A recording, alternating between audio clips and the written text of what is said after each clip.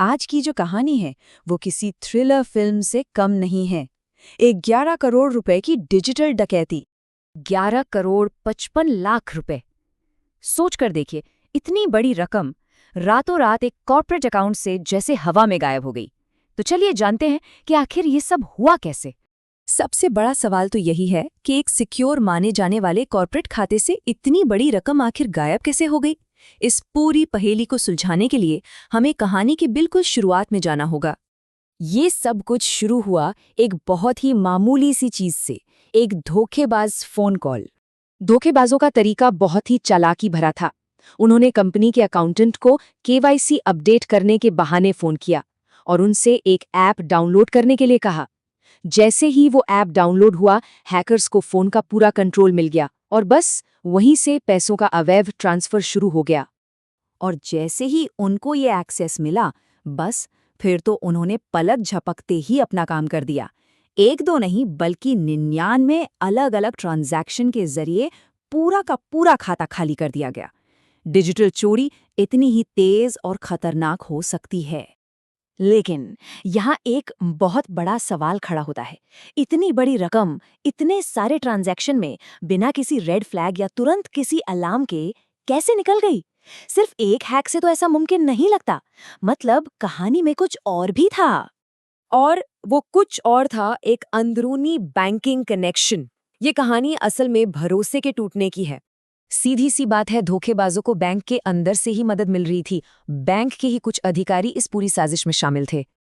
अब इससे पहले कि हम आगे बढ़ें, ये केवाईसी क्या होता है, जरा ये समझ लेते हैं। इसका मतलब है नो योर कस्टमर।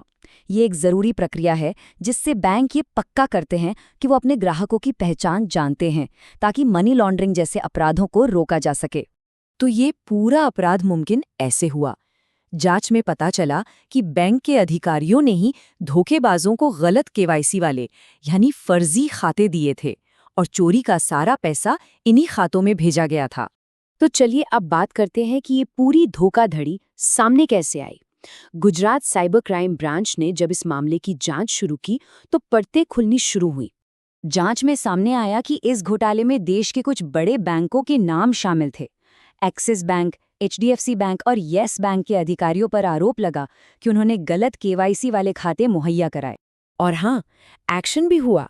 इन तीनों बैंकों से जुड़े कुल 3 अधिकारियों को गिरफ्तार किया गया। ये दिखाता है कि जवाबदेही तय करने की कोशिश की जा रही है। लेकिन रुकिए, कहानी यही खत्म नहीं होती। गुजरात साइबर क्राइम ब्रांच का कहना है कि ये एक बहुत बड़े नेटवर्क का हिस्सा है। मतलब ये कोई अकेली घटना नहीं, बल्कि एक बड़ा संगठित अपराध है जिसकी ये सिर्फ एक कड़ी है। तो आखिर इस पूरे मामले से हमें आज की बैंकिंग के बारे में क्या सीखने को मिलता है और क्यों ये केस हम सबके लिए इतना जरूरी है? देखिए, ये मामला कई खतरों का एक तरह से परफेक्ट स्टॉर्म था। एक तरफ सोशल इंजीनियरिंग की ताकत, दूसरी तरफ अंदर के लोगों की मिलीभगत का खतरा, फिर कमजोर केवाईसी नियमों की नाकामी और आखिर में डिजिटल ट्रांजैक्शन की अपनी कमजोरियां। और आखिर में जो सबसे बड़ा सबक है वो ये है कि सबसे बड़ा सुरक्षा जोखिम सिर्फ टेक्नोलॉजी नहीं, बल्कि भरोसा है। जब सिस्टम के अंदर के लोग ही भरोसा तोड़ देते हैं तो सबसे मजबूत डिजिटल दीवारें भी ढह जाती हैं। ये पूरा मामला एक बहुत ही जरूरी सवाल पीछे छोड़ जाता है। जब भरोसा ही बैंकिंग की बुनियाद है, तो सवाल ये है कि कोई अपने बैंक पर आखिर कितना यकीन कर सकता है और क्या वो भरोसा वाकई में सुरक्षित है।